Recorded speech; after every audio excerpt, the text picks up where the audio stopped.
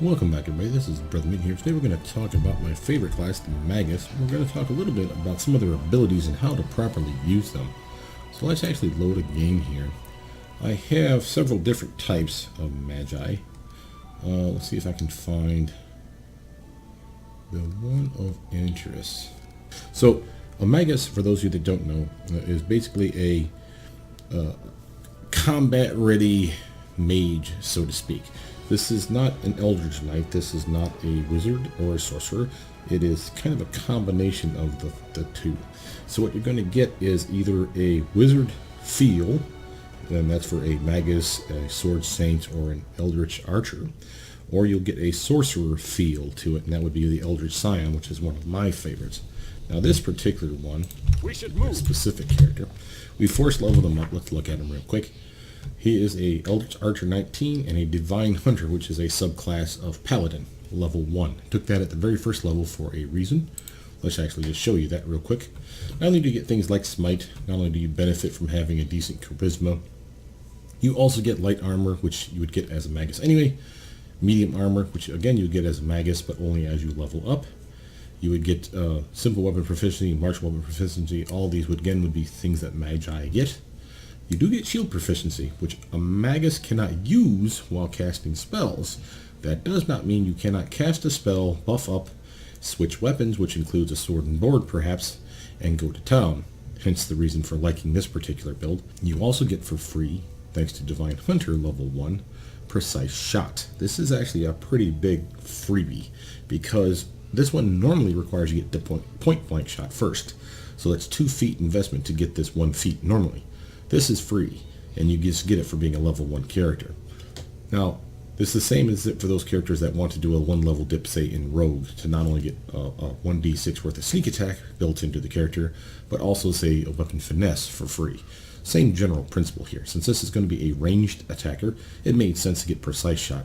I also did this specifically because I wanted to get a couple other feats for free, or excuse me, a couple of feats at the beginning at level 1 as a human. You get 2 instead of 1. So I picked Exotic Weapon Proficiency, and then for my free human one I got Weapon Focus Sling Staff. This would give me a Sling Staff at the beginning of the game and give me a chance to try it out, because it's the only other ranged attack, weapon attack that we've yet to really see in any of the videos, at least that I've seen on YouTube. So this one is particularly interesting to me because I wanted to see what it could do.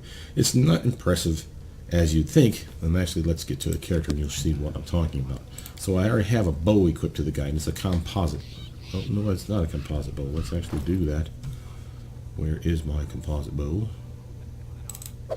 Boom. There we go. Okay. Now, we have a great sword. Let's get a Masterwork of Light Mace in here, just in case I want to try out some different things. Some combat. Different types of combat, but here is our Sling Staff. This is what it looks like. It's actually kind of cool. You literally just chuck a big bullet at the character. It does blunt-based damage for those of you that are interested. So instead of doing piercing like your crossbow or your bow attacks, this will do something slightly different. And it's another reason that this may be appealing to some people. I'll be honest with you, I'm not a fan, and I'm using this because we already made the build, and I wanted to show you a couple things that are specifically built into this type of character. So let's actually get into combat and then get a better idea of what we're talking about here. So now here is the typical 3 guys that you fight. You scream at them a little bit, you'll say some things, say some harsh words, and then before you know it, man, it is on like Donkey Kong. She goes invisible, leaves, and these 3 guys stay behind and mess with you. Now, I have an attack queued up as the weapon attack for a Sling Staff. Now, for those of you that don't know, ranged attacks have a penalty imposed on them a couple different ways. One, if you attack in melee and you do not have, let me find my sheet, Precise Shot, you suffer a -4 penalty to your attack roll for firing into melee combat. That literally is, if your teammate is fighting them in melee, you're 50 feet away, which is the maximum range of your Sling Staff, and you chuck a bullet at them, you will take a -4 penalty unless you have this feat. But again, I get it for free thanks to Divine Hunter. So I don't have that problem. But then there's another problem. And if I were to switch to a bow, you'll see what I'm talking about. Let's just do a bow attack on these guys, and you'll see what's going on. This will hurt! Do your thing. Bow tech. You should have run! Strike! See the attack of opportunity that you're seeing over these characters' heads as I'm basically attacking? That is the problem with ranged attacks in melee combat. When you are engaged in melee combat, it gives them attacks of opportunity. So if you saw the attacks here, when I start attacking with my composite longbow, I get a couple of attacks for one hit, which seems weird. That's because of a feat called Mini Shot. Extremely useful. Highly recommend you guys grab that one. You can use that with a bow, short bow, long bow, composite versions as well. I do not know that it works on crossbows. I do know it does not work on the sling staff. So kind of a bummer. And it really is one of those things that's just going to have to be a problem that you're going to have to suffer with if you're going to go with the sling staff. Now, again, as you see me attacking these guys, you'll start seeing things like attack of opportunities fly up. And it's because of the fact that I'm using a ranged attack while in melee combat. This not only applies to your bow, composite bow, sling staff, it also applies to you using ranged touch attacks. So spells like Acid Splash, Ray of Frost, all the ones that Eldritch Archers can literally channel into their weapon and shoot it at a distance, that is a thing that can provoke an attack of opportunity. Now, if you are channeling it into your weapon and shooting it, it will not provoke an attack of opportunity for you casting the spell. It will provoke an attack of opportunity as you shoot the bow again. So again, you still have the same problem. However, this character has a way around it. Let's actually load up and I'll show you what I'm talking about. There is a set of feats that if you pick them, and only certain classes can actually get them, which is really kind of nice, because Magus is one of those classes. And those feats, literally like a rapid shot, you need to get deadly aim, and many shot. Many shot is great. If I get that without getting rapid shot, I probably would. Many shot will allow you to basically take your first arrow attack and you strike 2 arrows in the same attack. So if you hit once, boom, boom, 2 arrow strikes worth of damage. And again, it says bow and arrows. This is probably the key that this does not work with sling staff, and I know it doesn't, and probably doesn't work with crossbow bolts, is my guess. Rapid shot, again, is one of those that literally allows you to shoot multiple times with your ranged attack. The point is, though, if you want to get weapon focus in your ranged attack weapon, the one that's going to be a problem for you in melee combat, in this case, sling staff, and then you want to get weapon specialization, which gives you extra damage, and then you want to go from there and get point blank master, and you have to specifically pick the weapon. So I could get this for a bow, a crossbow, I could get it for my sling staff, I can get this for ray spells. And this is literally ranged touch attacks or ray spells, however you want to think about them. For those of you who played Neverwinter Nights 2, you understand what I'm saying when I say ranged touch attacks. That's basically what a ray spell is. A single target, you have to make a roll to hit the target. That's a ray spell or a ranged touch attack. You can cast those in melee combat. You will get attacked with attacks of opportunity because of it. I can go point blank master for ray spells and completely ignore those attacks of opportunity. Extremely helpful, I think, for those that are a blaster caster type and you know you're going to mix it up a little bit in combat. Why give them a chance to swing? Even if you have good armor, why give them the opportunity? Take it away from them. And you're going to benefit from many of the other things as well. The downside of this is while weapon specialization does appear to work for your ranged weapons, it does not appear to work for the ray spells. We can prove that to you, but basically that +2 damage that you're seeing there does not show up. And it's pretty easy to calculate because if you use Acid Splash is a fine example. 1d3 of damage. Without fail, 1 to 3 points of damage is what you're going to get. If it's a point blank shot, and you have point blank shot, which I do, you will get that a +1 to your attack bonus, and you will get a +1 to the damage. So it will be 1d3 +1, so a maximum of 4. This guy, if it works like it's supposed to, for a ray spell, would give me another 2 points of damage. It does, or sorry, this one here will give me 2 points of damage. It does not do that. So what should be 1d3 +1 +2 is still 1d3 +1. And that's all you're ever going to get is 4 points of damage out of that spell, which is a bummer. Hopefully that's a glitch and that's something they'll fix. But basically weapon specialization would be a waste then. if not for the fact that it allows you to unlock Point Blank Master. The other limitation to Point Blank Master is I believe you have to have X number of levels of fighter under your belt to get this. Well, you would say, Brothermutant, you're not a fighter. You're the Eldritch Archer / Divine Hunter. Do those count? Sometimes, and here's the kick. All the Magus subclasses have a special feat that unlocks for them. Let me find it for you, called Fighter Training. It's different depending on the Magus class. Most of the ones you're going to encounter are this one. At level 10 Magus, half your Magus level is counted as fighter level. So right now, a level 10 Magus would have 5 levels of fighter as far as the game is concerned. What does that mean? Some feats require you to have 4 levels of fighter, 6 or 8 levels of fighter, and therefore a straight up sorcerer is never going to get these abilities. They would have to get it somewhere else. And I want to say Eldritch Knight is one of those classes that is treated as a fighter. I may be mistaken, but that would be something to check out. Magus just gets it innate. You have to get up to level 10 to get it, but it's pretty sweet once you do. And I want to say the reason it's different is I want to say Sword Saint, which is a specialized version of Magus. The Sword Saint gets fighter training, and I want to say instead of 1/2, theirs is 3/4. But I haven't proven that to myself yet. I haven't seen it in a long time, so I could be mistaken. I rarely play a Sword Saint because they do not get to wear armor. It's one of the reasons I like a Magus build, is because they get to wear eventually medium or heavy armor, and they suffer no arcane spell failure penalty. So that's why I love this class so much. So anyway, point is, many of these things, like I said, are limited or hidden behind the wall of you have to have X level of fighters. These ones get that built in. That's why this is a really nice class. So now let's actually go back into combat again, now that we have our staff equipped. And you'll see me not get attack of opportunities.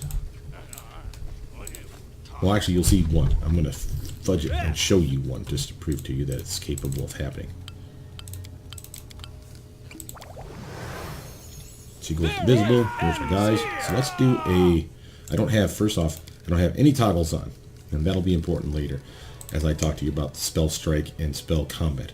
But in this particular instance, we're just straight up fighting. So I'm going to cast a spell, acid splash this guy in the face, and chances are by the time I cast it, I'll be within melee range of these guys, and I'll get attack of opportunities on my character.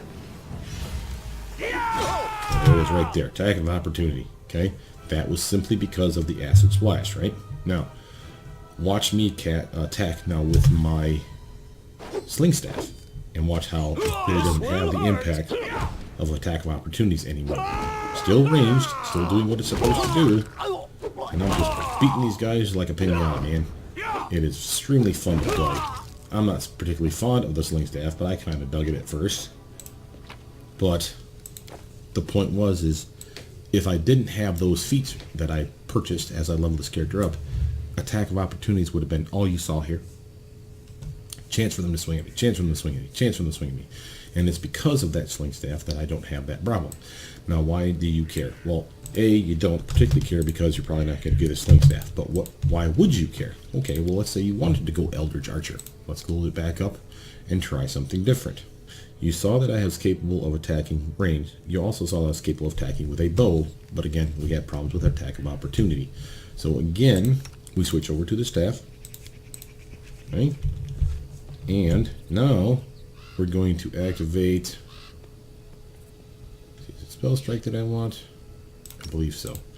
This is misleading. The spell strike, if you read the tooltip, it talks about free melee touch attacks going into your weapon and the weapon now discharging it in a melee attack. Well, this is normally what Magi do, except for in this case the Eldritch Archer, which is what this character is.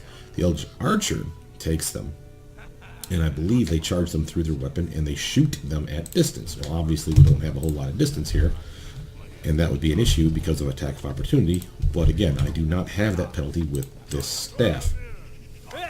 So here's going to be our trick. Because we are not officially attacking with the spell Acid Splash, which again you saw before. I cast Acid Splash, I got an attack of opportunity. Now you're going to see with this toggle on, and this is what I mean by a toggle. So this is a green light zooming around here, letting you know this is active. Okay, that's a toggle to me. We've seen this in City of Heroes, City of Villains is a game I used to play back in the day and I loved.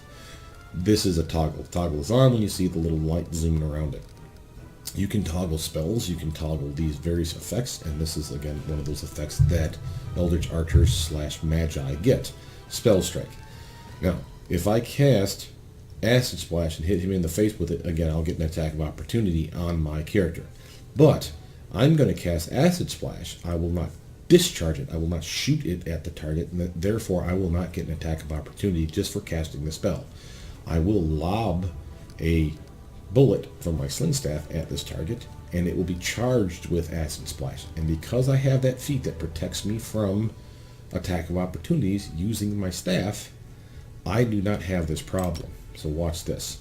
I'm going to left click this, click my target, and now you see I'm queuing up the Acid Splash spell. But again, I still have Spell Strike on, so watch what happens. Cast my spell, roll attack of opportunity, sling my staff at him, and I do get the attack.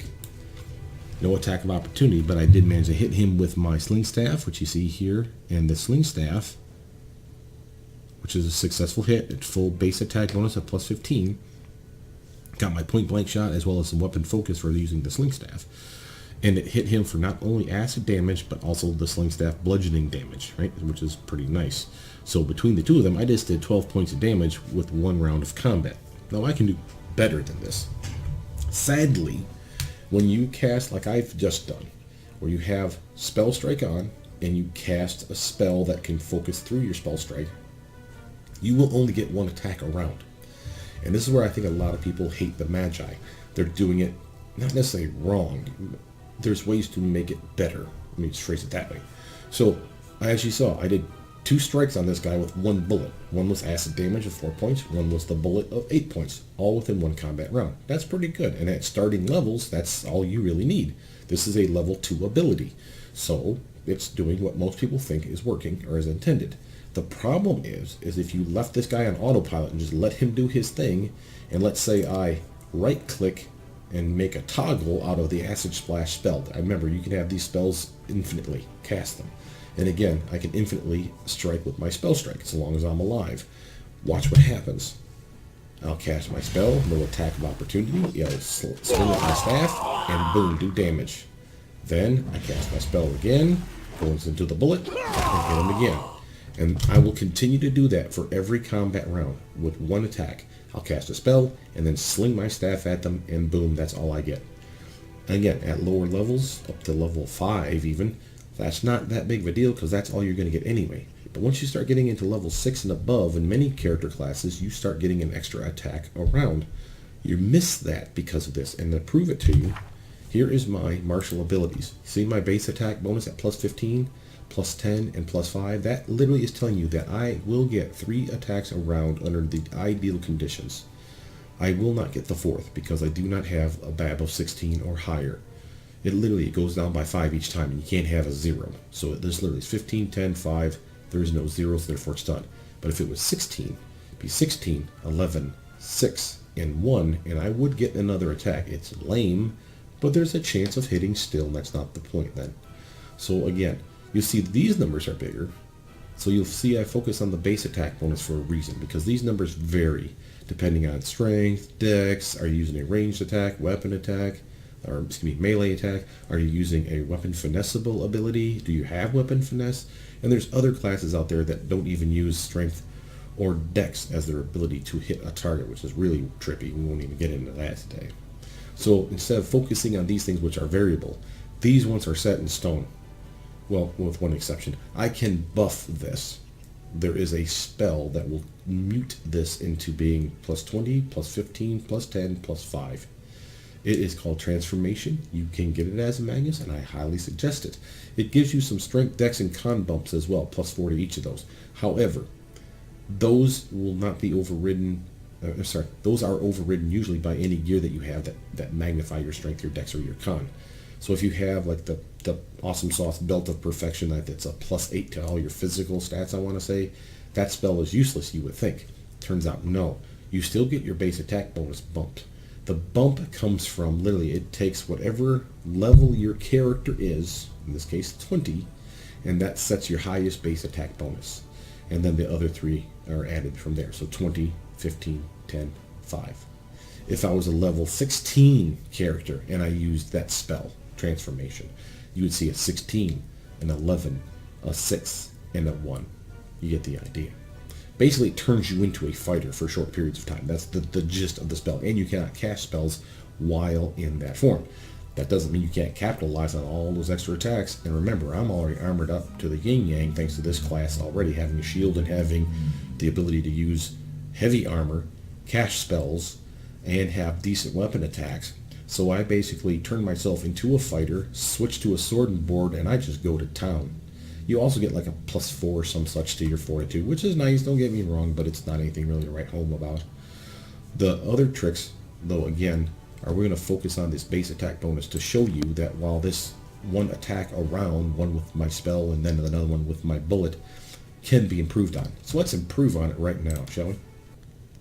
So here we are back again, and we're going to improve on that attack chain that we just saw with the spell, a hit with my sling bullet, and then let's see if we can get more sling bullet hits. Well, how do we do that, brother? Well, okay, so first, right-click their acid splash, so make sure that it's toggle. You'll also see it shining up down here. This will happen anytime you right-click a spell.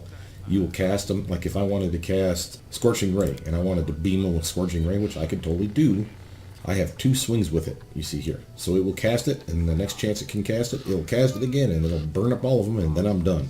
There is no more Scorching Ray for this character. So the reason I do right-click Acid Splash, I could just easily do Ray of Frost. They do the same amount of damage, they're a Ray Touch attack, and they're infinite uses because they're cantrips, so I don't have to worry about recharging it or using them up. Obviously, if they're more susceptible to acid damage, use it. If they're more susceptible to cold damage, use Ray of Frost. But other than that, there's really no real difference here. But again, we have our Sling Staff out. We've charged this now, so we know that it's going to be on our Ray of Frost.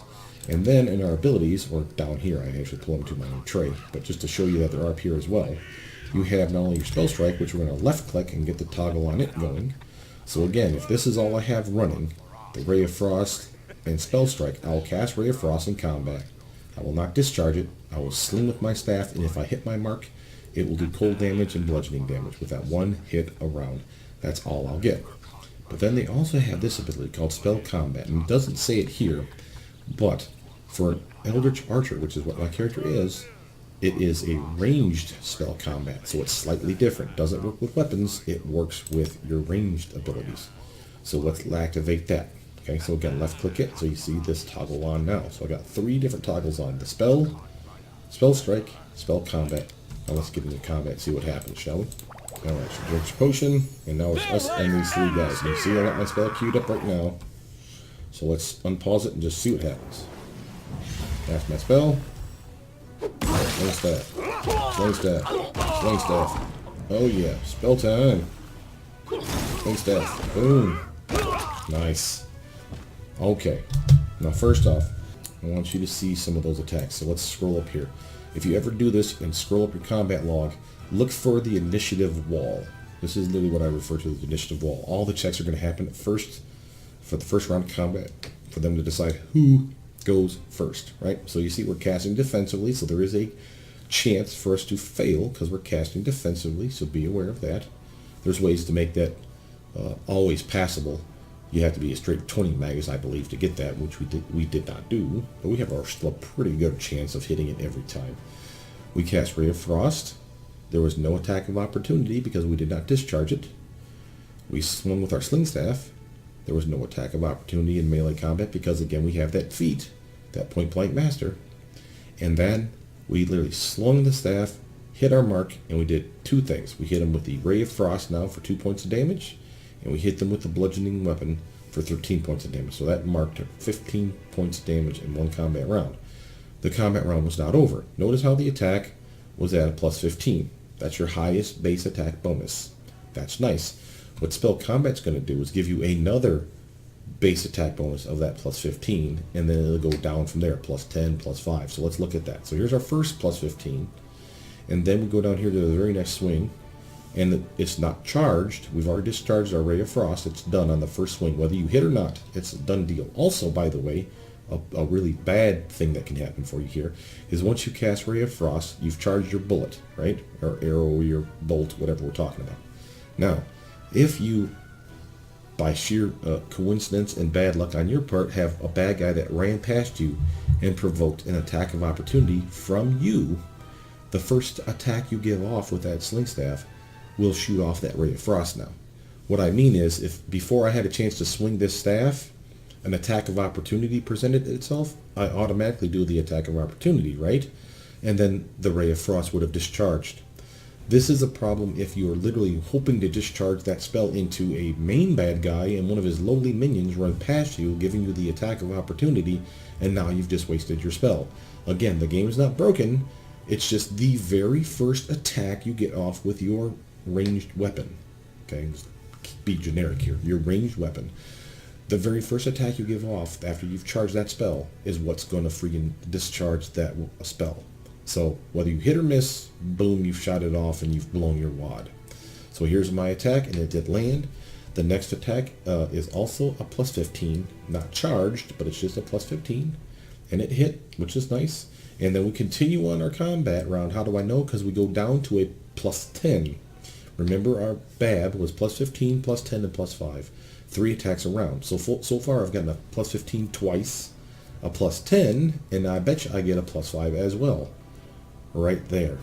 So between everything that was said and done, I cast a spell, had no problem with casting it. I literally delivered that first spell in the very first attack, thanks to Spell Strike, and thanks to Spell Combat, I got 3 more attacks in that round. Okay, so all in all, I got 4 attacks, 5 if you count the spell. It would have been even more if I had specialized in bow and I didn't have to worry about attack of opportunities with using a bow, because I have mini shot. Remember, mini shot gives you 2 arrow shots on the very first swing. So on this very first swing here, that did sling staff hit. I'm not sure if it's this one or the very next one, but one of them you would have seen double damage. Excuse me, not double. 2 attacks, much like this here. But those 2 attacks would be both bludgeoning or both arrows. Arrows in our case, because we're talking about mini shot, which works through the bow. So again, the point is you can get multiple attacks around, and one of those attacks can be a spell that casts harmlessly for you. You don't have to worry about attack of opportunity so long as you're using that spell strike. Now, it doesn't work this way for spell strike and spell combat for the other magi classes, because it's melee touch attack, which does not have that attack of opportunity penalty, which is super nice, so you don't have to worry about it. But let's think about that. Do you or don't you? Well, you don't, because again, you're going to be attacking in melee combat, and it'll be your touch attacks, so yeah, you'll be swinging your weapon, which is a melee weapon, so again, you do not have to worry about attack of opportunity, okay? But now here's the other thing. As a Magus, as an Eldritch Sion, I have access to lots of spells. And Scorching Ray is a really good spell. I'd kind of like the idea of using it in combat, and it's not necessarily only going to be used at range.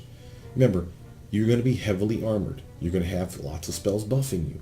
You will be probably harder to hit than most fighters, which is extremely helpful.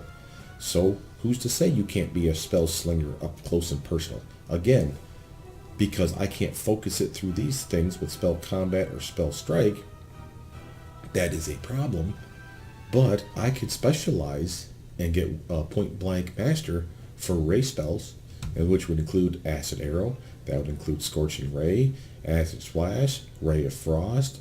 Disrupt Undead is a ranged touch attack as well.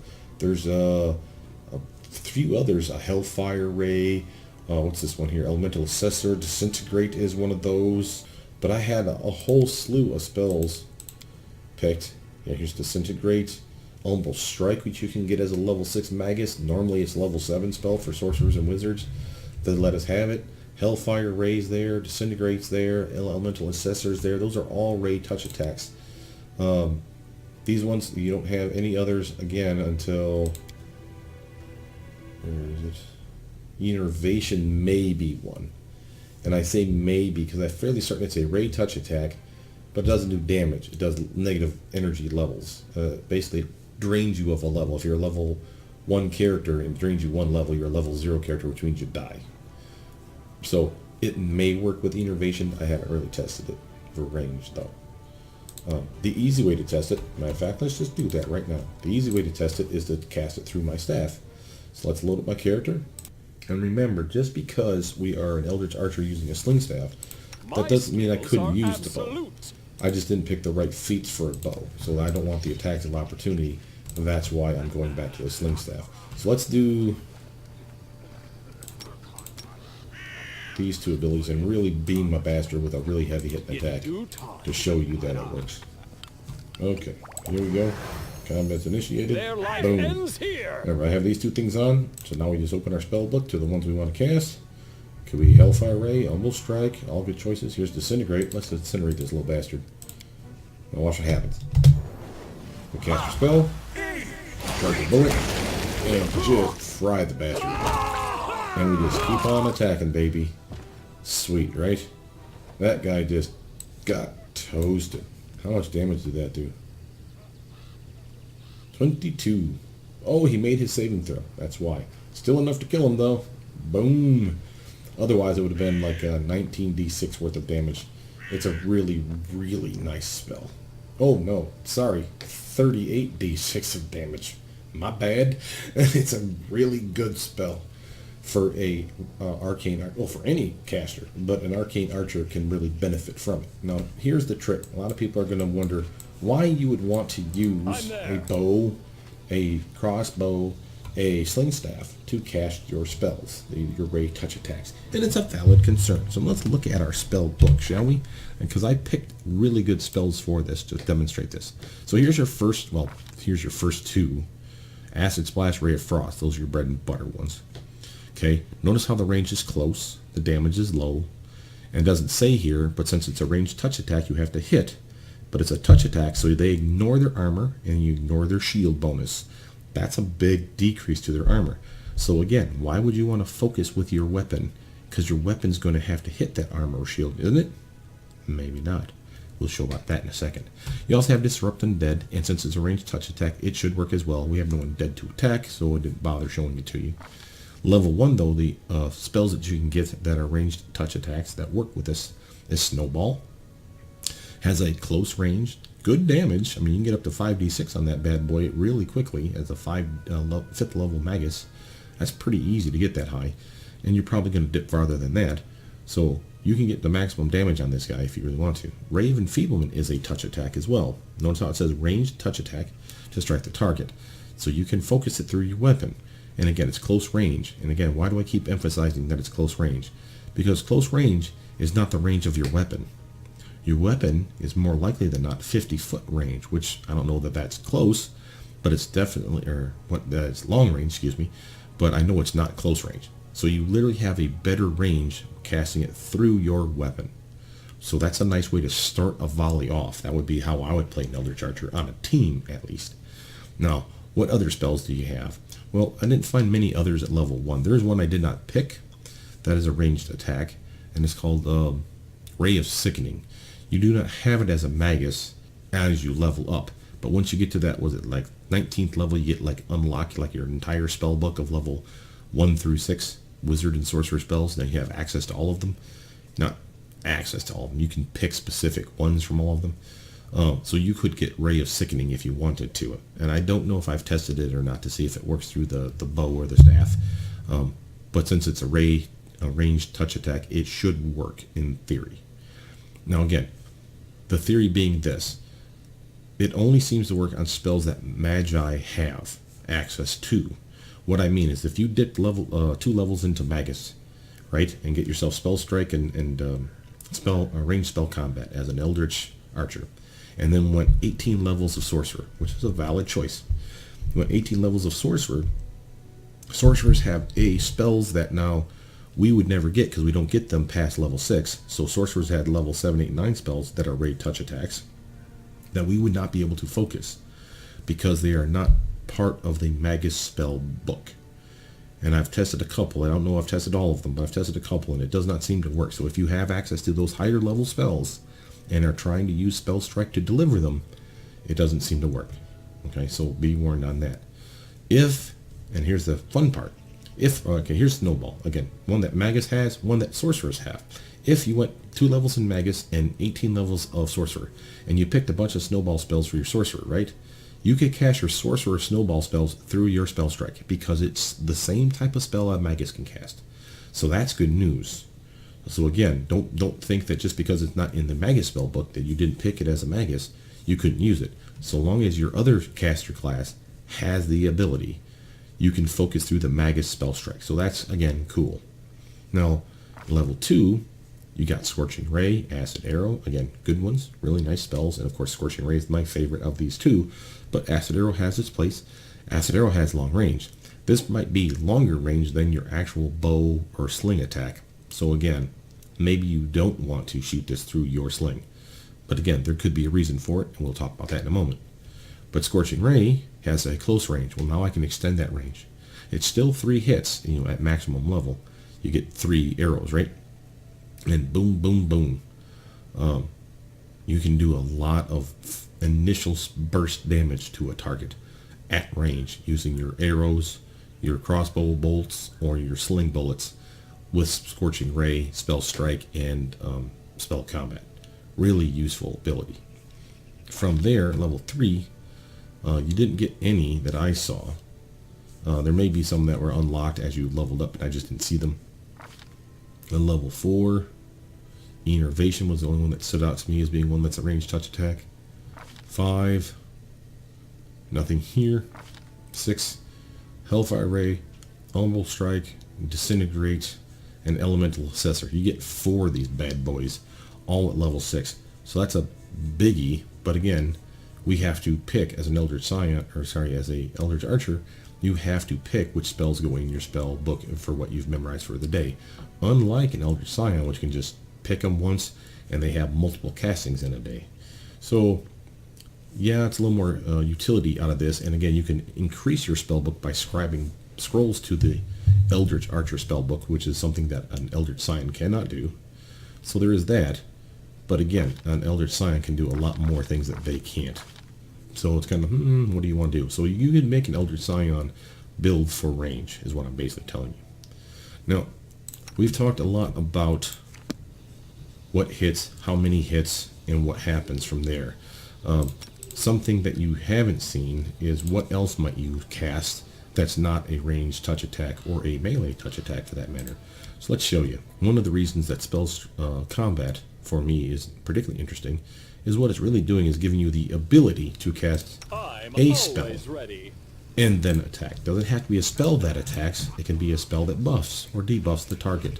So let's say we get into combat like this early on, and we forgot to put up a spell to protect us, and it's like, oh no, we're going to be attacked. Whatever shall we do? Well, let's look, shall we? First off, I clicked off my character. So let's make sure we have our character on. And I want to switch to my staff. And I want to have Spell Combat on, so I left click it so you see the toggle running. Now what do we want to do? Now again, I could cast a spell and attack. And here's what Spell Combat will do right now. I can hit him with Acid Splash. I'll get attack of opportunity against me because of it. And then I'll swing with my staff. Boom, boom, boom. No. That's appealing, and that's good damage. And again, the Acid Splash would be a touch attack, so I have a better chance to hit him most likely than what if I were to charge it through my weapon. But there's ways around that. We'll talk again about that in a moment. What else can I do, though? Well, these guys are attacking me, and I was not prepared for attacking 3-on-1. Let's say I need some protection. Oh no, what shall I do? Here's a shield spell. But I still want to be able to attack them. No worries, I have Spell Combat. Now watch what happens. Here's my buff.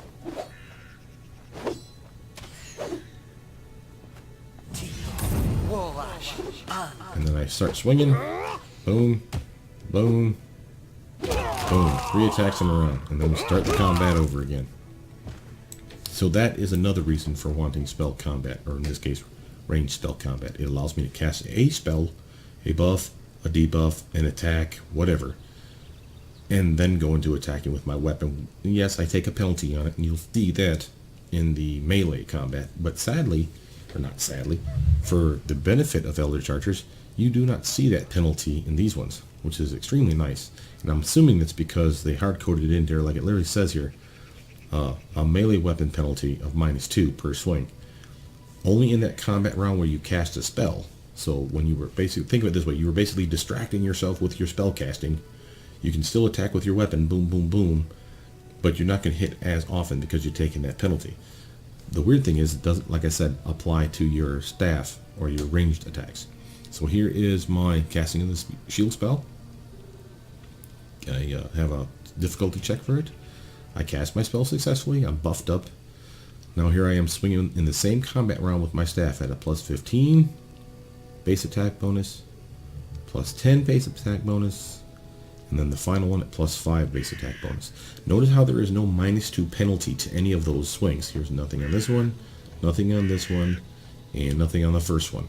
And again, spell combat says there should be, but again, it says it should be with a melee weapon. I'm betting that is true. With a melee weapon, that's what will happen.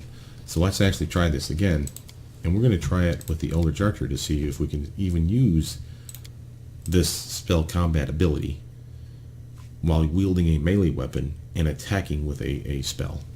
Right? So we switch to the sword. Well, actually, let's not switch to the sword. It's a two-handed wielder. Let's switch to a long sword. We get a buff with it anyway, and we're going to switch to a mace on that one too. Why not? So here we got a light mace.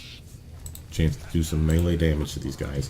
We're going to left click the spell combat ability. In this case, since it's an Eldritch Archer, it should read range spell combat. It does not. So again, we have a melee weapon. We have ranged spell combat on. I know it's ranged because I am an Eldritch Archer. Let's cast a spell and hit him in the face with it.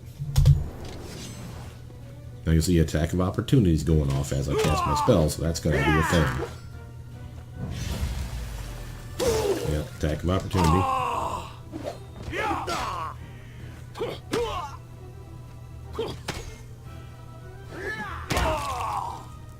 Yeah, I don't think the ranged spell combat worked like I was hoping.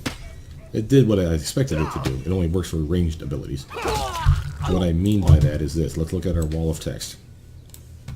Go to the initiative wall right here and start looking for blue arrows or your name, Test Paladin, right? So my Test W sling, so Test Paladin with sling is what that's telling you. Here's my defensive check. I cast Acid Splash.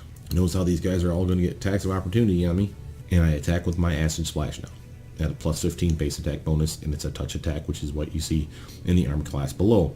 So it doesn't count his armor or his shield, but he didn't have one. And I did acid damage. Then went all the way down to here before we attacked again with the sling. So there was a significant pause, and while it really doesn't show it here, you could almost see it in the actual combat itself better. So that pause lets me know that I probably dipped out of combat, or sorry, out of that first round and went into my second round. So this really is the second round of combat. So while I'm still seeing the plus 15, and then the plus 10 will be the next one, plus 5 after that. All of that will have taken place in its own combat round. So spell combat does not work, ranged spell combat does not work with melee weapons. So that's fine. I mean, I honestly expected that.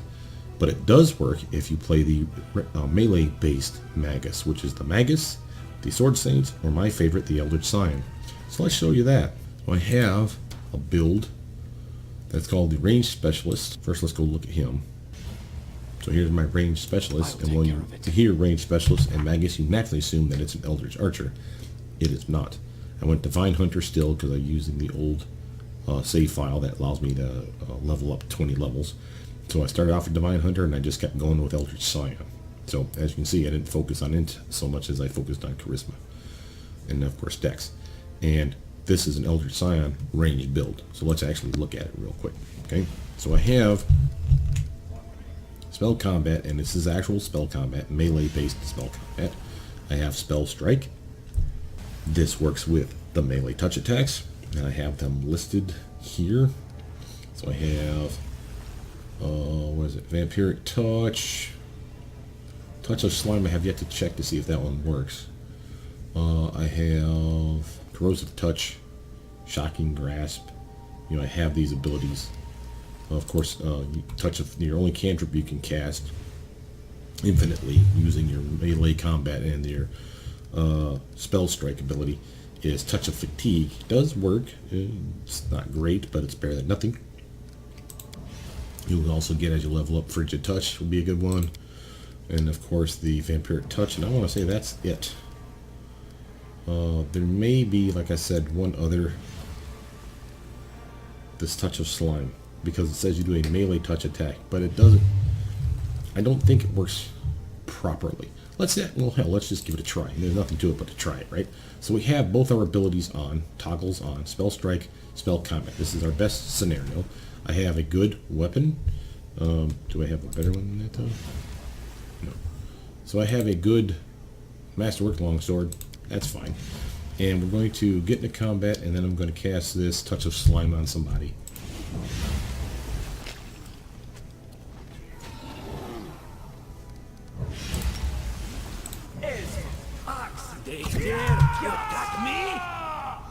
Yep, see, I delivered the Touch of Slime there. I had my AI shut out too, so there was a pause after that. So here was his attack. Let's look at that. Initiative wall. Initiative check for me. I cast my spell and attacks Assassin with Touch of Slime, and I hit. And its Fortitude saving throw failed, so he's taken Constitution-based damage. But again, just to re-emphasize, if I look at the hit, notice how it says with Touch of Slime. Not that I attacked him with my sword, which is what it should have said if it charged the spell like it wanted to, went into the sword, and then I swing with the sword. So this is how you know it just casts the spell. That and the fact that it is actually a touch attack, as you can see. Armor class 10, flat-footed, and touch attack. He didn't get his dex bonus, and he didn't get his armor bonus because of the touch attack. But that does not mean we can't do other stuff for fun. What else could we do to this jerk? Let's Acid Splash this guy as well. Or sorry, Corrosive Touch him. There we go. So we're going to cast our spell, charge our weapon, and hit. And then we just go into combat, baby. Yeah, just brutalize him. Now, I could try and grasp somebody. Oh, that was brutal.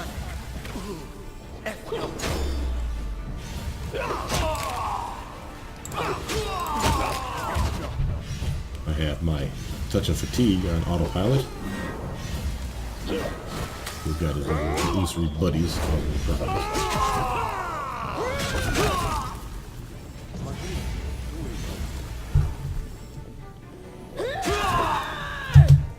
Kill Stealer. Alright, so the general point here is that for those touch attack spells, I was buffing my weapon, as you would expect. So here's my concentration check. Here's me casting Corrosive Touch. This one here is just letting you know that that Constitution damage was still ticking on that other assassin. Here's my Corrosive Touch. I attack him with my sword and hit. And then I deal damage that is both slashing and acid at the same time. And I did it at that plus 15 BAB. And then we just went into combat after that. Now this is just like you saw before, but instead of it being a ranged attack, it's a melee attack, but it's still the same principle. Base attack bonus of 15, 10, and 5. So again, spell combat is working as intended. Excuse me, spell combat is working as intended. I get my first attack, which will be a charged spell, and a full BAB attack with my weapon. And then I get a full BAB attack with my weapon without a charged spell. And then I get a plus 10 BAB, and then I'll get a plus 5 BAB. And those are all weapon attacks at that point. And then I could start the clock over and just have to refresh the spell or put it on autopilot, like right-clicking it like so. So I have 3 more chances of doing a spell, weapon swing 3 times. Next combat, cast my spell, weapon swing, and hit him with the spell and this weapon. And then you get the idea. It just continues on and on. Extremely fun. Now, there are some problems with why you would want to do this. So again, we've talked about touch attacks hitting more likely than a armored opponent where I'm using my weapon, whether it be a sword, my fist, a rapier, a bow attack, whatever. They're going to get armor. More likely than not, the bad guys have armor. So touch attacks would be more likely to land. Why would you ever want to use the weapon? Well, besides the range for the archer that we talked about before, there is something else. So one, if the weapon crits, let's look at our character sheet. If you see the weapon and its crit range, if the weapon crits naturally, it gets a multiplier for the damage. If your ray attack or your touch attack crits on a natural 20, and that's the only way those normally do that, then again you get 2 times the damage of that ray attack or that melee touch attack. Now, if I spell strike, which means I channel my spell through my weapon, and then I strike with my weapon, and again the weapon crits, I do more damage for the weapon attack, and I will crit also on that spell attack. I won't get multiples like ×3 or ×4. I only get it ×2. This one is ×2 already, so it's very easy to confuse it.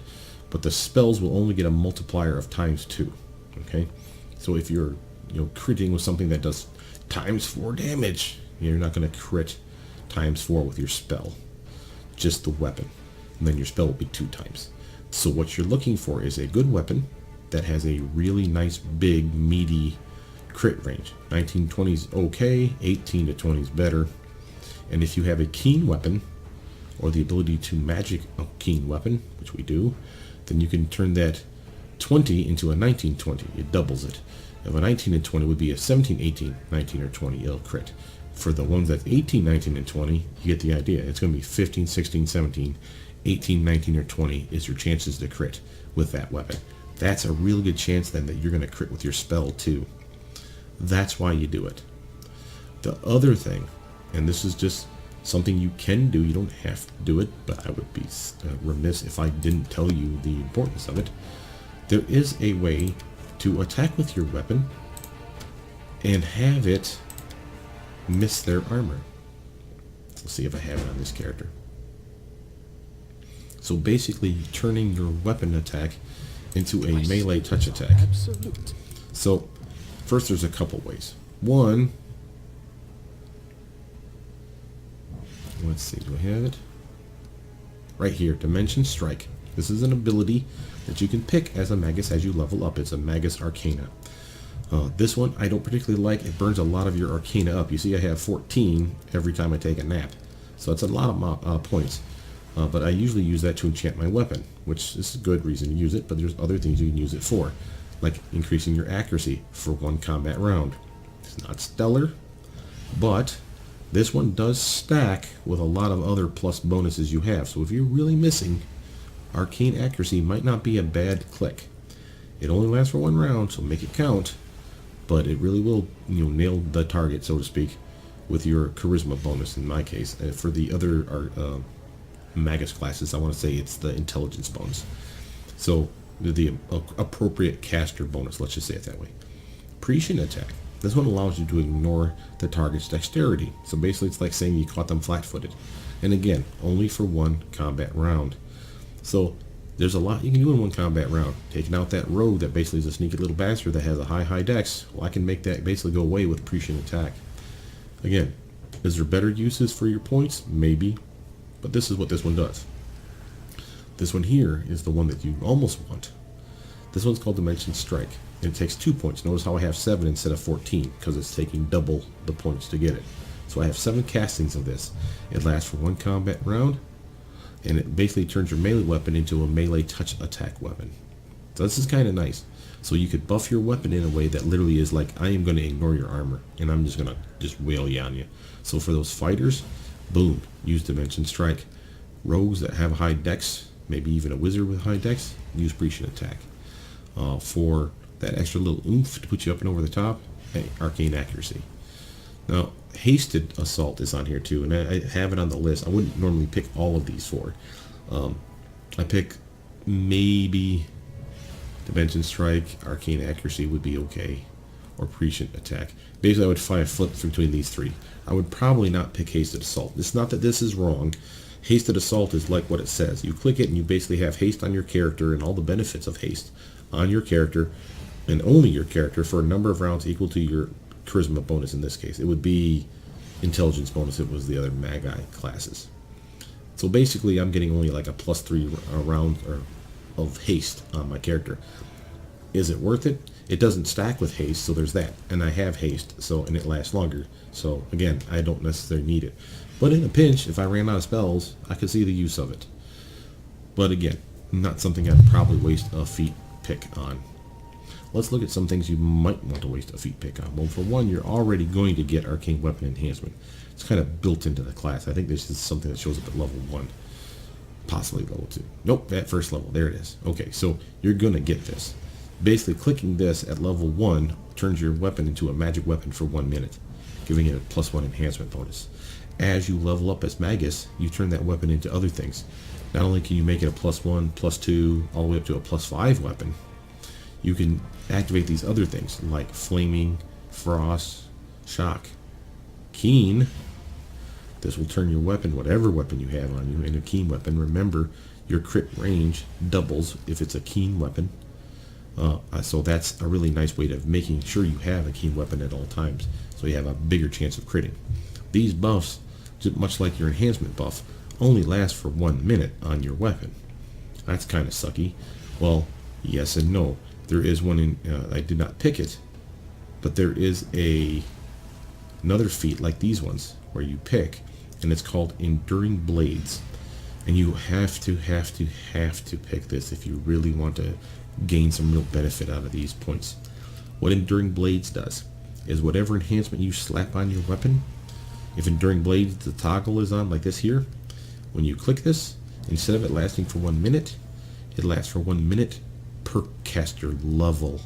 So I'm a level 19 Eldritch Sion on this build. If I had Enduring Blades on here and I clicked this thing while Enduring Blades was on, this would be a +5 weapon and would last for 19 minutes of gameplay. That's pretty big, guys. And I have multiple ways of multiple times I can cast that in a day. Yes, it uses double the points. So there's that. So 14 becomes 7 again. So what? I'll take 7 castings that last me 19 minutes times 7 versus 14 that last me 1 minute. Hell, I mean, I could pass that 14 up after the third casting. So you can see the benefit of wanting to get Enduring Blades. These other ones, the Flaming, the Frost, the Shock, much like it sounds, it adds damage of that appropriate weapon damage type. So electric for shock, fire for flaming, cold for frost, and it does 1d6 of extra damage then on an attack. It's a good incentive to buff up your weapon then, and therefore you don't have to have quote-unquote the best weapon. You have a really good weapon because you made it one, even if it is for short periods of time. Keen is important. Speed is another good one that you get for free as you level up. It just shows up, if I'm not mistaken, on your doorstep. Speed basically is like it sounds. You get an extra attack around. Notice how it says it consumes 3 points of enhancement. A lot of these are broken. They literally say they suck up 3. The most expensive and coolest one, this Brilliant Energy one, which we're about to talk about, supposed to take 4. What does that mean? Well, at the highest level of enhancement, I can buff my weapon to a +5. If I activate Brilliant Energy at the same time as I buff that weapon, instead of it being +5, it should be a +1. It is not. It is still a +4.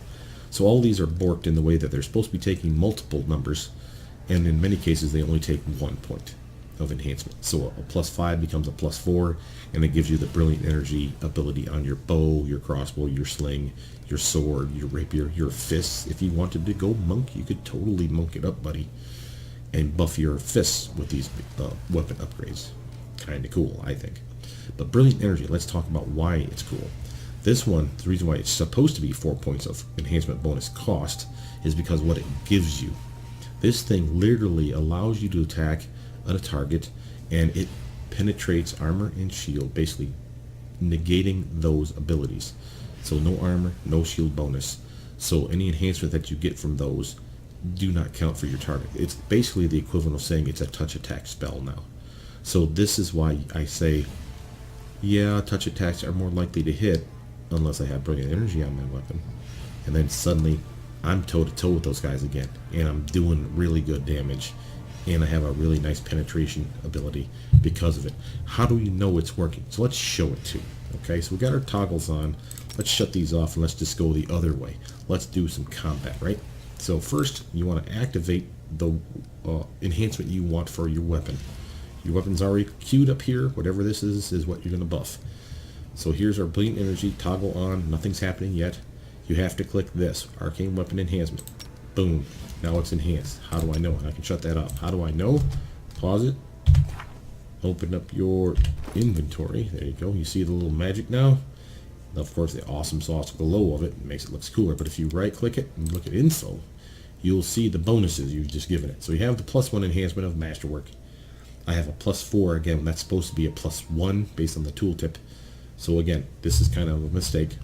So I'm going to benefit from it now until they fix it. But here's what Brilliant Energy does. And again, it just reiterates the whole thing here. Notice how it doesn't affect undead constructs or objects. You have been warned. This is a problem for this. Do not buff with Brilliant Energy then for that weapon. That's fine. You have plenty of clicks. Select another weapon or remake this one and enhance it in a different way. I got no problem with that. Enhance it with a way that literally affects those targets. Slap some flaming on it so you can hurt those undead, or electricity so those constructs, you know, get electrical damage. I don't know. Mix it up. That's the whole beauty of a Magus build. And it doesn't matter which kind of Magus you're playing, because they all have these enhancements, whether it's shooting through your bow or shooting or hitting with your weapon. You can do it either way. And again, I'm an Eldritch Sion, so I can enchant my bow if I so choose. There's no thing stopping me from doing this. It's nothing that's specific to me being a melee class. So if I want a bow that's just magic, boom, there it is. And I look at my inventory. You see this enchantment should be gone now. Sometimes that don't work all the time. But this enchantment now is there. And here's my composite longbow. Right click and look at it. Because I didn't buff it with anything else, I'm just getting a +5 enhancement to it. But that's +5 attack and a +5 for damage for every arrow I swing. I'm liking it. There's nothing wrong with that. And again, I'm a Eldritch Sion, a melee-based class that's now mixing it up with bows and slings and stuff. I can totally do that if I want. That's why I like this class so much. So, in a nutshell, that's how these abilities work. And again, I mentioned how these work in passing. There are some other ones, and again, I don't have them all because you can't get them all. But let's see if I can find my list here. I'll tell you what some of the other ones are. Well, I mentioned Enduring Blades, and I can't stress enough the importance of grabbing that as soon as it's available. Yes, there's a lot of good picks when Enduring Blades come out. I want to say it's a level 6 ability. And your Prescient Attack, which is this one here, which allows you to ignore their dexterity bonuses, is there as well. You can only pick one. You can pick Prescient Attack later if you want. So when every time you get the ability to get one of these Magus Arcana, whatever one you don't pick shows up the next time, and chances are it'll show up with others, and again making you have that difficult decision of what do I want. I even picked other stuff like at level 3, for instance. Let's walk through the list. Level 3, you can get Arcane Accuracy, which I've talked about. There's 2 others though, Wand Mastery and Wand Wielder, one of which allows you to wield a wand in spell combat. Remember, that's our ability here, to cast a spell and then attack. Well, if you have Wand Wielder, if I'm not confusing the two because there's 2 of them, there's Wand Master and Wand Wielder. If it's Wand Wielder, the one I think it is, you can cast a spell from your wand and then go right into your attacks again. And that would mean, potentially, you could cast a spell that's a touch attack, like in my case, a melee touch attack, channel it into your weapon, and then start swinging. So I don't need to even have the spells learnt. I can literally use wands to cover that gap. That would be cool. And then vice versa for the Eldritch Archer. You could literally use the wand as a wand wielder to cast ray spells, potentially, and shoot them still through your bow or your sling or your whatever, your ranged attack. So that's something worth trying. I just haven't done it yet.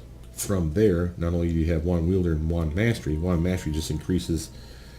it's hard to explain Wand Mastery. Okay, so if a spell normally has a DC where you literally have to have like an intelligence, let's say, of 12, a +1 bonus, right? That's as strong as that spell will cast from that wand. Not very strong at all. If you have Wand Mastery, if you are casting from a wand and your bonus, which for my case, because it's Charisma, is better than the minimum DC bonus that you would need to cast that spell, again, which would be a 1, so like saying I have a Charisma of 12, suddenly I have a Charisma of 16, so I have a +3 bonus. I cast it at that +3 bonus now, so it's a better wand spell, if that makes sense. It's kind of hard to explain. But basically, it's not that it's not worth having, it's just there's other stuff that I find to be more interesting. Okay, but that's level 3. Level 5, you unlock your ability to make fire, frost, and shock, and keen properties on your arcane weapon, and at that point you can make a +2 weapon. Why is that important? Well, the +2 is obviously better than a +1, but also to make this fire weapon or frost weapon or shock weapon or whatever, it takes 1 enhancement bonus to do it. So your +2 weapon should drop down to a +1. This does work, and does work as intended. So literally, if I wanted to do this on my +5 weapon, if I activate this and then activate that, this becomes a +4 bow that does fire damage per hit as well, or frost or shocking. So again, whichever you think is necessary for that particular combat. From there, though, you get, and those ones were free just for leveling up, you get to pick between other stuff again at level 6, and that's when Enduring Blade shows up, as well as Prescient Attack, which is this one here. And again, I would say Enduring Blades always first. Go back to Prescient Attack if you must, but Enduring Blades last for so long you almost have to get it, I would say. And then as you level up some more, you can get at level 9 Dimension Strike, this one here, which ignores their armor and their melee. And this one does not say that it is limited, by the way, to undead or constructs can't hurt it or anything like that. That's what this one does, the Brilliant Energy. So this one potentially could be okay to use. Again, you use it up and it's gone in 1 round. So it's kind of, I like these ones because at the very least they'll last a minute. At the most they'll last 20 minutes, depending on how I make my character. But I could still see the use of Dimension Strike, don't get me wrong. You also get things like Ghost Blade, which breaks into Ghost Touch and Brilliant Energy. Here's Brilliant Energy, we talked about it. Here's its little brother, Ghost Touch. What does it do? It only consumes 1 enhancement bonus, so that works as intended. And I haven't tested it because I haven't found any incorporeal creatures. So basically these are like ghosts that you can't hit with normal weapons. And even if you do hit them with other weapons, they only take half damage. Well, this removes that damage reduction. So instead of you doing a lame 50% of the damage, you go back to doing the full damage now. So again, the utility of this class gets bigger and bigger the more stuff you pick. From there, after Ghost Blade, again, you can also pick Hasted Assault. We already talked about it. It's this one here. Again, has its utility, doesn't last very long. If you're pumping that charisma, though, and I only have a 16 for my level 20 character, but if I get good gear, I could get that up to at least a 24. That's a +7 bonus. So instead of my +3, it would last, instead of 3 rounds, 7 rounds. That's still pretty good. So again, I would not discount it. But again, I find that there's other stuff that I like more, like Speed, Ghost Touch, Brilliant Energy, and there's others as well. There's Devoted Blade, another one I didn't pick for this build because I wanted to emphasize these weird ones. But Devoted Blade is a fun one. So depending on your alignment, it will give you, if you pick the Devoted Blade, the ability to damage things of an opposite alignment. So what does that mean? Neutral is completely screwed in this one, by the way. If you're lawful good, you can now target either chaotic characters and do more damage, or evil characters and do more damage, which is kind of sweet. If you're chaotic evil, you would do the opposite. You could target lawful creatures and do damage, or you could target good creatures and do damage. Well, what if you're chaotic good? Well, then again, you get attached lawful or evil. You have to pick, and you'll do more damage based on that. But the trick on this is, you don't necessarily know that they're evil. And I'll give you a for instance. Here we are fighting all these bad guys that are basically trapping these guys in this little pit to attack everyone. I actually did a different character run where I had that ability, and I said, let's target evil just to see what damage I do. Some of these guys are evil, some of them weren't. So it wasn't doing anything to some of them. I mean, I still did damage with my attack, but it wasn't doing extra damage, which is what I was hoping for. But like the leader, he was evil, I'm fairly certain. And then the same principle. I was attacking ones thinking that they're chaotic.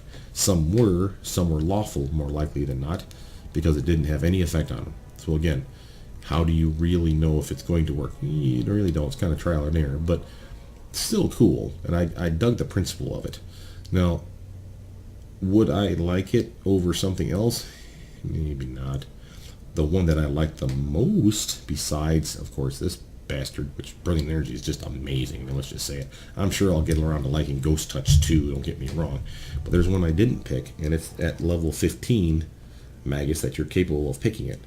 And I highly recommend picking this. Almost as much as I like Enduring Blade, I like this one. And it's called Bane.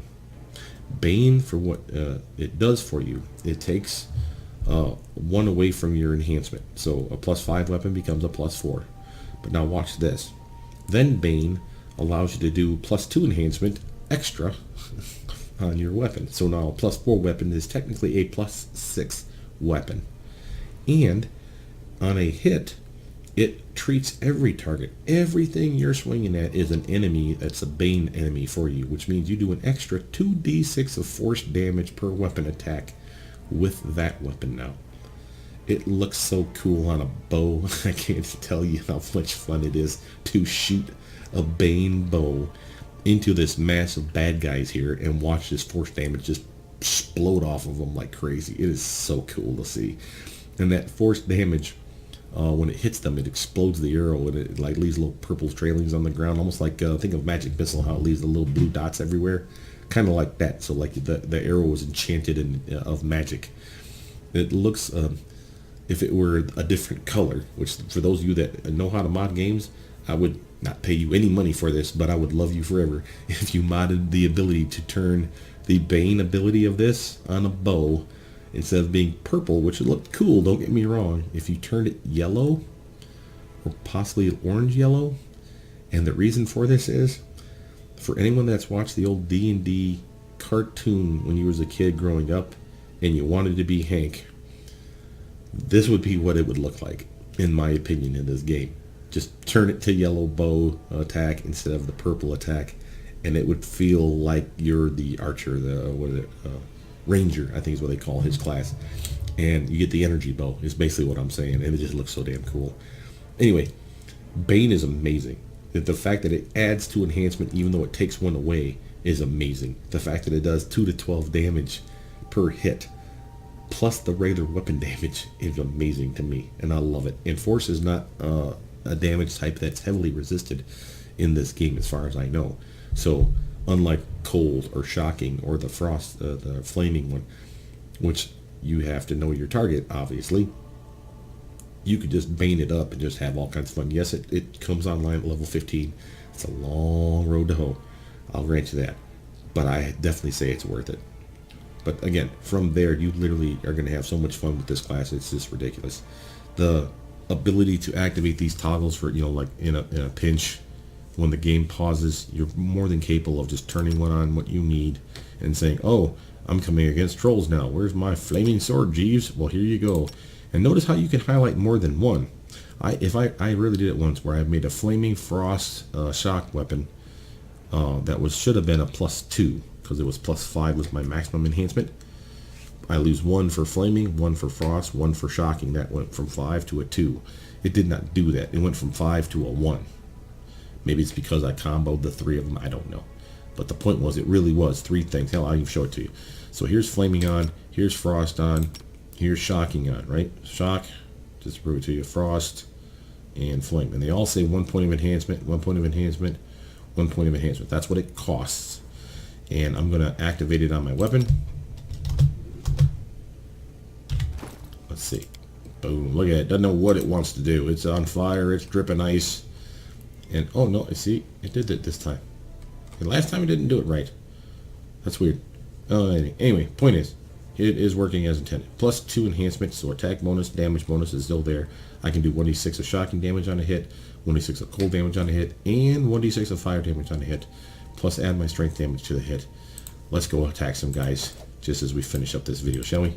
So we don't have, you don't have to shut these toggles off, but once you've activated, there's no reason to leave them on. That's why I turned them off. Your weapon will still do the damage, so don't think you have to like really stay in there. Just unload on the leader, shall we? Their life ends here. Oh, in the face! Oh, that was beautiful. Well, he died on the first hit. Let's just look at that, shall we? We hit him. We definitely hit him, and we had the +2 of the composite longbow. That's because of our enchantment. +4 from dex because it's a ranged attack. and our plus 15 base attack bonus because that's our highest swing. He got flat-footed because he wasn't ready for it, so his mage armor was working, but his dexterity bonus didn't do shit for him. And we hit him for 27 damage, and that's what it looks like.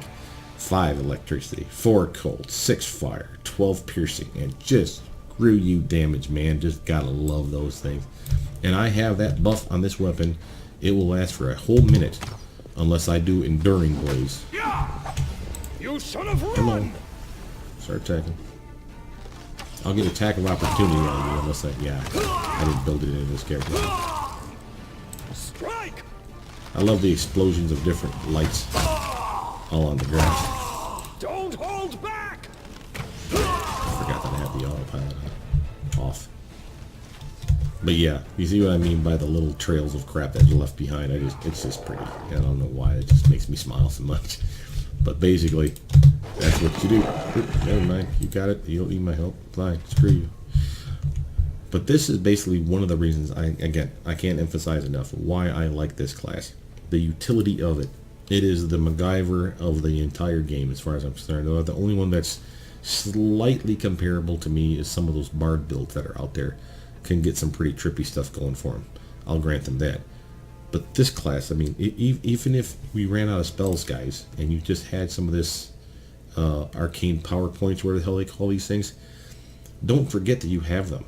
I mean, buff that weapon up. And it's certainly early on, at the level 1 of the tutorial, if I went straight Magus, the first weapon they give me, especially if I know which weapon I want, and I weapon focus it, which means at level 1 I pick weapon focus Kukri. I don't know, just to name something. They will give you a Kukri at level 1 when you start the game. It will not be enchanted. It will not be even a masterwork Kukri. And it'll probably take you a while to find another Kukri. But you have this at level 1. And therefore, for 1 minute, I think you get like 4 uses or something a day, or 5 uses. Maybe it's based on your charisma or some such. Point is, you get these points, X number per rest. You get into a fight, buff that Kukri, man. Make it a +1 weapon, even if it is only for a minute. That's a minute that you're probably not going to need. That fight will not last you a minute. This fight was over in probably like 3 rounds of combat. That's 18 seconds. I mean, honestly, at that point, this makes that whole hasted assault look appealing, because I get an extra attack per round, and it lasts for a number of rounds that this fight basically lasted for. And I'd be zipping all over the place. Extra dodge and everything, too. That's what that gives you. It's just like a haste spell, but a personalized haste spell. But only for a short period of time. Definitely worth having. But you see the fun of this class. And I can buff this if I want to go melee. I can go trippy. Alright, let's say Elder Sion, my favorite, is charisma based. There is a monk out there that is a charisma based monk called Scaled Fist or Scaled something. So basically what I'm saying is their charisma gives them an armor bump. If I wanted to go armorless, I could go 1 dip into monk, 19 dips into Elder Sion, and focus on dex and charisma. Have a really strong armor class wearing no armor at all. I have the monk ability to wear monk robes, which from what I hear gives you a +4 dodge bonus if you get the good ones. That's pretty huge. And you don't usually take dodge away from you. You always get it.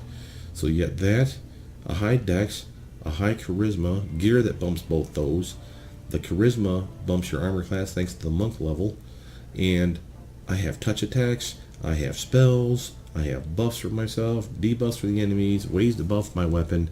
And it doesn't even have to be these kinds of weapons. It could be the fists of the monk. If I wanted to just brawl, I could totally do that. And make it Flaming Fists of Doom and just beat the shit out of a guy, set him on fire. That's why I like this class so much. And I'm sure I've rambled on for too long. Hopefully I've edited this video down so it's not as big as the other ones. But I have a passion for the Magus class, as you guys know. And hopefully I've passed on some information that you guys can use as you're leveling up for what ones you might want to pick. What reasons you could go for specific weapon buffs. And again, Endure Blade, extremely useful. Brilliant Energy is definitely amazing. And I've yet to find out that Ghost Touch will be used. But if you get into those areas where you're doing half damage because of that incorporeal creature's stats, this is why a mage would soar. And I can really build this to be ranged, even though it's a melee-based class. Same with the Eldritch Archer. Just because you're going to channel through your bow doesn't mean you can't go toe-to-toe with a fighter.